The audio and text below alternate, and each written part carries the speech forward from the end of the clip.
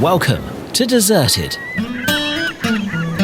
Each episode, we welcome a guest into the customs office. There, they must decide which 5 items they want to take with them onto the deserted island. 5 items, 1 island.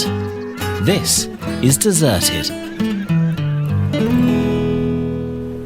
Sarah Southern is a stand-up comic who performs on the London circuit. She's currently writing a show to take to the Edinburgh Fringe called Wedding Guest Extraordinaire, also hosts a weekly podcast of the same name at weddingguestextraordinaire.com, which discusses wedding planning, but from the point of view of a guest.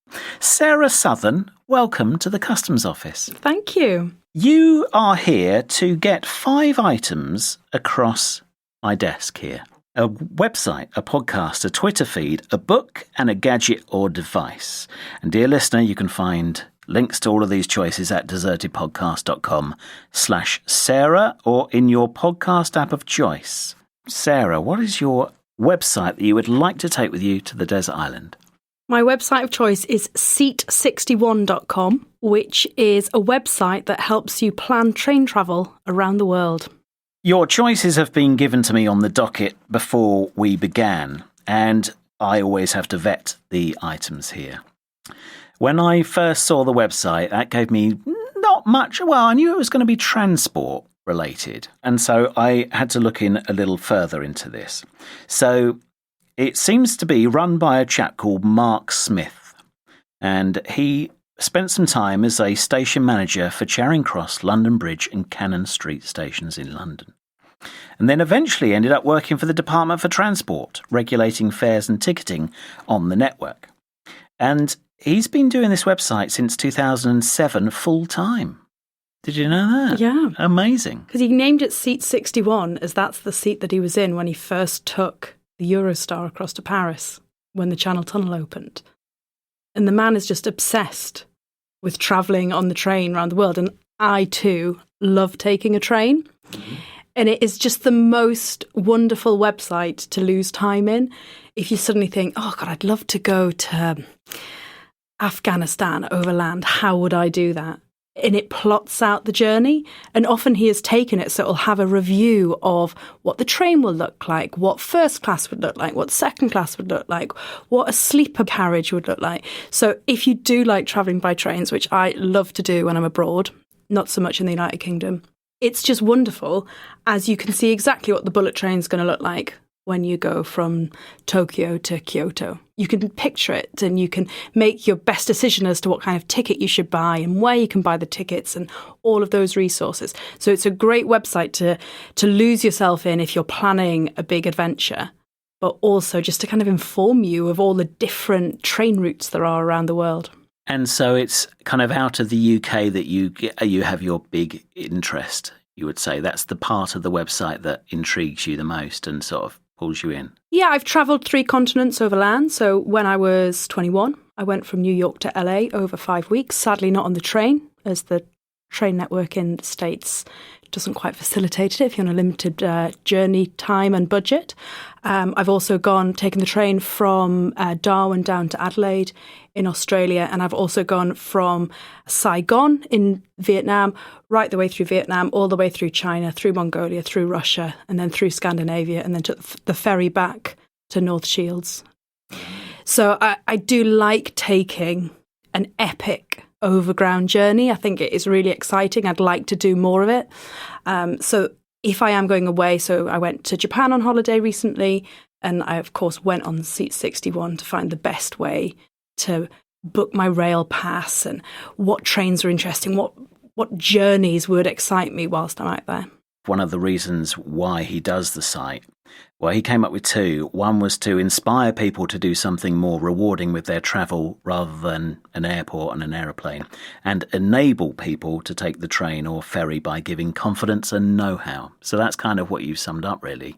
He absolutely does that. It is so detailed. I really enjoy the fact that someone who's got such a love for that kind of travel has just dedicated their life to it. And kind of, it's almost down to like the time that you can take a train.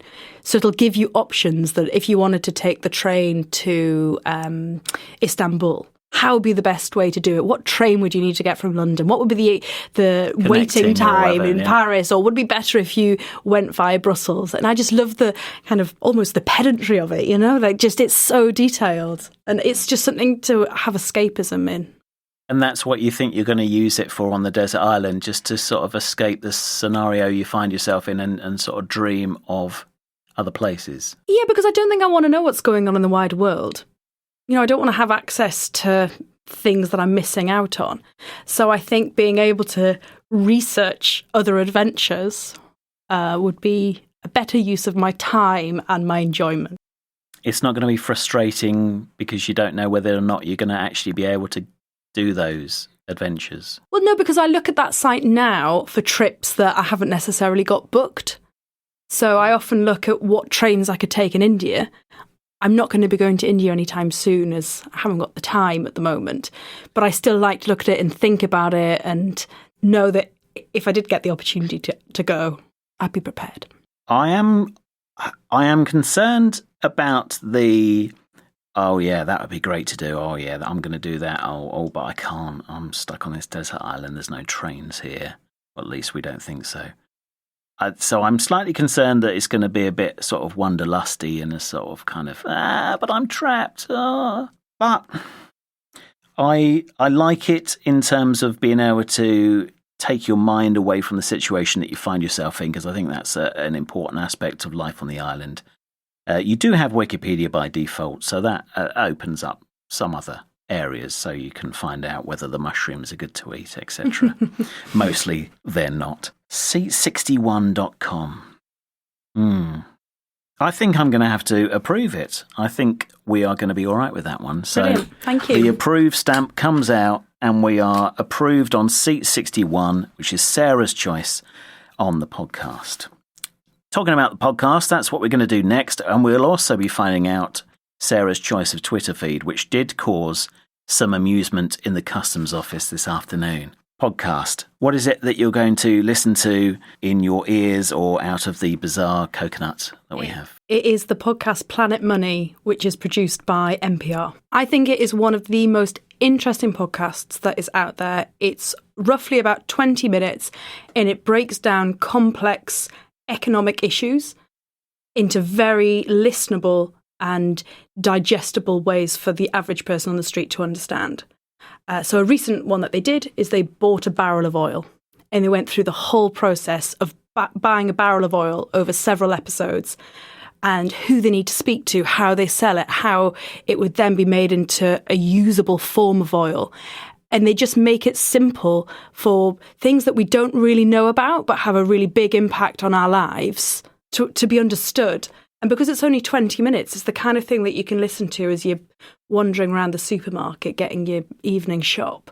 I had a little look on their website at npr.org/planetmoney, and they describe themselves as, imagine you could call up a friend and say, meet me at the bar and tell me what's going on with the economy. Now imagine that's actually a fun evening. That's what we're going for at Planet Money. And they do.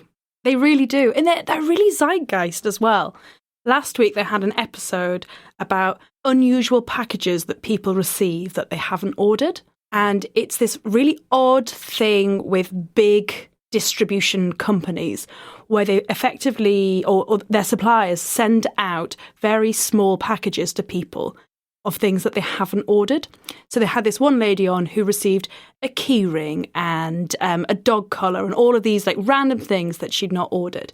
And it turns out it's to help their algorithm. But 2 weeks ago, I received in the post a dog seatbelt. And I was like, this is the strangest thing. I haven't ordered a dog seatbelt. I can't see where it's come from. It makes no sense. I don't have a dog. I don't have a car. So I've got nothing to seatbelt the dog into. And I was like, this is so weird, but I didn't know who to speak to say, look, you've sent me this by accident because it had come from China. There was no return address on, but obviously the postage told me it had come from China. And then I listened to this episode and I was like, oh my word, this is why I've received the dog seatbelt, because it's of limited value. They've obviously got my address from something else that I have ordered. And it's to help with the algorithm of sales or whatever it might be. And it's just, as I say, it's just so zeitgeist in that way. They often focus on things that are in the news or things that are pressing issues that people do want to know about. They seem to do about 3 a week. Yeah, they're quite regular. There's definitely always one ready for me to listen to on a Saturday morning. It's often my kind of Saturday morning walk that I listen to it on. And it launched in 2008 during the financial crisis, so it's been going 10 years now, which is good. So you don't feel, again, that you'd be frustrated by sort of hearing about stuff? No, because it feels like a podcast that teaches you things. So when they did the episode on the barrel of oil, I had no idea how oil was sold. I mean, obviously, I have an awareness that it is sold, but in terms of how it was extracted and the way that they sell barrels and how the price is decided, and just learning about that is very interesting.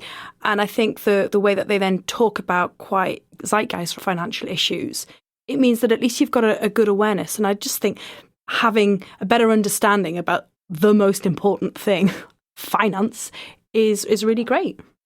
Planet Money, NPR podcast. Okay. We had Radiolab suggested as one of on the previous show, and so this is kind of staying on the American public radio scene. So Planet Money, we allowed Radiolab, so I've got to allow Planet Money through for Sarah Southern's choice as her podcast. npr.org/Planet Money. Links in the show notes at desertedpodcast.com/Sarah or in your podcast app of choice. We've got an interesting one for book, but let's move on to Twitter feed, which is probably why you're laughing. So you can see the tweets from just one account. Which is that one account? Now, this is a very strange choice for me because I don't even follow it on my own Twitter account. But this is the Twitter account that I look at if I kind of just need perking up a little bit. And it's at Awards Darwin. Okay. I think it should be Darwin Awards, but someone's obviously already taken that. So it's Awards Darwin. And I just find it funny that it's got all of these little GIFs and video clips of people messing up.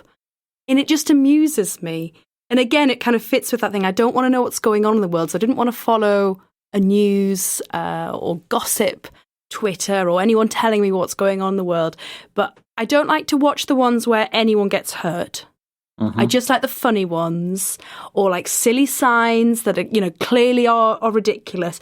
And it just amuses me. And I just look at it every now and then and it just makes me giggle. You mentioned one of the signs. So I was checking it out this afternoon in the customs office and there was one that obviously someone had screen grabbed where it said, "Have you ever been involved in an accident which has resulted in your death? Yes or no?" You see things like that? It's funny. I just find the silliness of it really ridiculous. But as I say, I scroll past the ones where I think someone's actually going to hurt themselves because I don't like that. No. But there's ones where people just almost get killed because they've not looked properly or they're cutting a tree down and they're sitting in the wrong place and they fall off the branch, and things like that where they're not going to get hurt. But as I say, there are some on there where I think, oh gosh, that's a little bit too close to the bone. But some areas felt not safe for work. We enjoyed it in the customs office. Doug thought I was going mad in the corner. So I've written down here things that will make you chuckle to yourself during the day. Because that's certainly how it left me after I closed down the website and I carried on chuckling as I was recalling various small GIFs and things that were on the site. So the Darwin Awards are obviously the awards given out once a year for people that do something ridiculous that results in them dying. And so I think this must be a spin-off, not quite associated with, but a spin-off. So Awards Darwin. I gave this a straight approval here because I thought it would G you up in times of toil and trouble. Definitely. So I couldn't not approve it. So that's the Awards Darwin Twitter feed, which did make us chuckle in the office today. Your gadget or device, which we will talk about shortly, includes the words "a really fancy." And so we will find out what Sarah's "a really fancy" is for the gadget or device. But first, this choice of book involved the office doing a fair bit of research, and we've learnt more about this certain character than we ever knew. It can be a printed book or an e-book, but not a periodical are the rules for the Customs Office. Sarah, what is your choice? I actually found it quite difficult to pick the book. And in the end, I decided I needed to pick a book that I most give as a gift to people, a book that has been in my life most of my life, and a book that even thinking about it makes me feel very happy. Yeah, I can see. And that is Paddington Bear. And it's the book that my parents read to me when I was a child. So all of my nieces and nephews, all of my godchildren, all of the children of people who have got any vague importance of my life have received a Paddington Bear book from me at some stage. And it's just something that as a child I remember thinking was really funny and silly. And I just think when I'm somewhere where I'm going to be on my own, I'd rather read something that brings back memories of happiness and silliness and make me smile rather than a book I can only have memories that are associated with me, because it's quite rare to have a book that emotes memories of other people.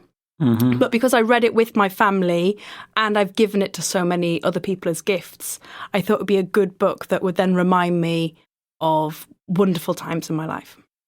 Wonderful times and wonderful people around you. Okay, The Complete Works of Paddington Bear, Michael Bond, is Sarah's choice. Do you have a particular favourite story or a particular favourite book that contains various stories inside? I think I can't remember which book it's in, but there's a line in one of the books, or there's something happening in the books where maybe they've been to the seaside or something, and Mrs. Brown is like pulling a spade out of Paddington's ear or something. Like there's something ridiculous like that. And my mum must have been reading it to me when I was quite a young child, and my dad must have been like dozing nearby. And I obviously kept asking for this like paragraph to be reread and reread. And I kind of remember like if my dad was ever telling a story of like us being on holiday or whatever, he'd be like, oh, and I'd have to listen to the spade being pulled out of Paddington's ear. And it just kind of like emotes this like humorous situation of, I can imagine us being like on a camping holiday or something like that, and it tipping with rain. And that would have been what would have been read to us to keep us quiet. Right. It just amuses me. It first appeared, here's the research that we did today, in October 1958. And Michael Bond unfortunately died in June of last year, 2017. HarperCollins now own the publishing licence. And Wikipedia lists 15 main books, with the 15th coming out on the 27th of June of 2018 to mark the anniversary of his death, and also the 60th anniversary of A Bear Called Paddington, which was the first story. A fascinating fact for you. Mm-hmm. Again, from Wikipedia. So take that with a pinch of salt. Did you know Michael Bond was also a BBC TV cameraman who worked on Blue Peter? I did. Ah, well, there you I didn't know he'd worked on Blue Peter, but I knew that he had worked at the BBC. Yes, and he tailored a couple of stories based on his time as a cameraman in some of his later books. Oh, that's lovely. So, The Complete Works of Paddington Bear. Do you have any of your old books that you did have read to you? Or I do. I don't have them here in my home, but they are at my mum and dad's house, and they read them to my nephew, who's 4. Right. And so do you think you take those originals along, or? No, I think I would leave them for them to enjoy, and I would take new versions. New version. Yeah. Okay. Ones that I don't have as much kind of sentimental attachment to. I wouldn't want them to get sandy. And do you think you will reread them, or read it and then put it on the campfire? No, definitely reread. I find it very relaxing to reread things from my past. So I quite like rereading things I read as a teenager, like Adrian Mole. Mm-hmm. I find it very relaxing to reread Harry Potter because you just know what's going to happen. God, I sound like such a child. I do read adult books as well. But if I just want to feel, sometimes in life you just want to feel snuggled. And I think that going back to things that you've done in your past and you know that are safe and secure is quite a nice way of comforting yourself. Yeah, I get it. The Complete Works of Paddington Bear, Michael Bond. It's going to be a lot of books, 15 books. We'll have to wait for that last one to come out before you go. And in printed form, I'm assuming. Yes, not please. In electronic form. Printed form, please. Okay.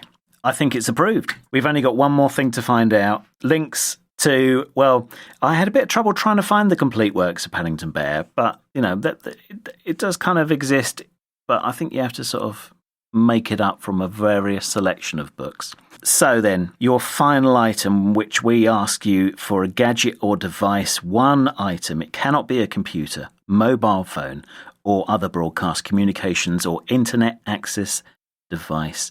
What is your really fancy? Okay, I would please like a really fancy digital watch. Why? And the reason is I do comedy, so I do stand-up comedy, and you've got to be very good at measuring time to be a comedian, because despite comedy being a very flexible art form, it's actually very rigid in how much stage time you're allowed. So often you're only allowed a firm 5 minutes, and then you might be allowed a firm 10 minutes or 20 minutes, and then if you do a full show, an hour. Okay. And you have to be able to measure those increments of time effectively. And I'm not very effective currently at measuring units of time. And I recently bought a digital watch that, firstly, I can't work. So sometimes the alarm just goes off totally when I unexpect it. I don't know how to actually time 5 minutes on it. I can't see the digits on the screen when I'm on stage, so it's not bright enough. So ideally what I want is a one that, firstly, I can work, because I can't work the one that I have. One that perhaps vibrates at 4.5 minutes, so that I know I've only got 30 seconds left and I need to wrap it up. And one I can actually see on stage, because there's literally no point wearing a watch if you can't see the digits when you're on stage.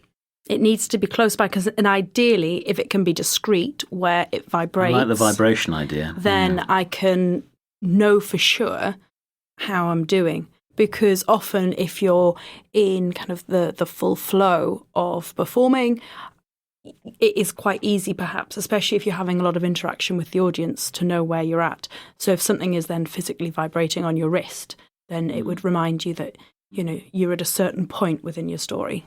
Would you describe your current watch as really fancy? No, it is the opposite of really fancy. But you have issues with that current watch? I have tremendous issues with that current watch. I regret buying it, although I don't, because it cost me £15. So it wasn't a huge outlay. And I would imagine I'm going to give it to one of my nieces, because it also is the thing that is designed for a teenager in terms of its colour and its usability. Has it got ears? No, it's just simple and blue, but Okay. it's not an adult watch. But are you having problems with it because you can't figure out how to work it? Because I'm concerned that if you upgrade to a really fancy standard, that's going to be even more bonkers. No, because the cheap watch didn't come with any instructions. Okay. Whereas a fancy watch will. I ordered the cheap watch online, Okay. whereas I would purchase the fancy watch from a shop, and I would get the person behind the counter to explain it to me. Did you get a dog's seatbelt when your watch arrived? I'm now wondering that maybe the purchase of the watch led to the dog seatbelt. Yeah. What benefit is the digital watch going to give you on the island? Because I think I've got a lot of time to think and to write material. Therefore, I can then make sure I've got a really tight 5 and develop it into a 10 and then get it perfectly ready for a 20 and indeed write an hour-long show. I've got a lot of time on my hands on the island, so I may as well use it to the best of my capability. And if I'm going to do it in that way, then I may as well make sure it's as professional as possible. Okay. And are you going to do something where you sort of test yourself as to be talking for a minute and a half, and when you look back at your watch, see whether it is a minute and a half or how much you're out? Yeah, and it is quite interesting. I think it is something that you just generally begin to pick up when you're a performer. I'm getting better at judging where 5 minutes is, but I'm just not quite there yet. So it would be good to be able to use this time to practice. I'm just a little concerned. Some people take things like penknives and things onto the island so that they can kind of cut stuff and figure things out, open coconuts to be able to drink and stuff like that. I'm a little concerned that the digital watch is not really going to help your survival in terms of kind of basics. I'm very resourceful, though. Okay. I grew up on a farm, so I'm used to being outside. Right. I'll be able to work out what I can eat. I'll be able to fashion a way of fishing, fashion a sharp implement out of the stones that are on the island. So I don't want to waste the opportunity to enhance my timekeeping by bringing a Swiss Army knife. And I suppose if it is really fancy, it could be sort of James Bond-esque with a sort of wire coming out of the mane on a watch, the crown. Exactly. It could be very beneficial in lots of different ways. It could have a compass on it. That would be handy. That could be handy, yeah. Underneath it or something, you twist it upside down. The little light might be useful to read by when the sun goes down. Really fancy digital watch. We've never had a really fancy digital watch requested on the docket.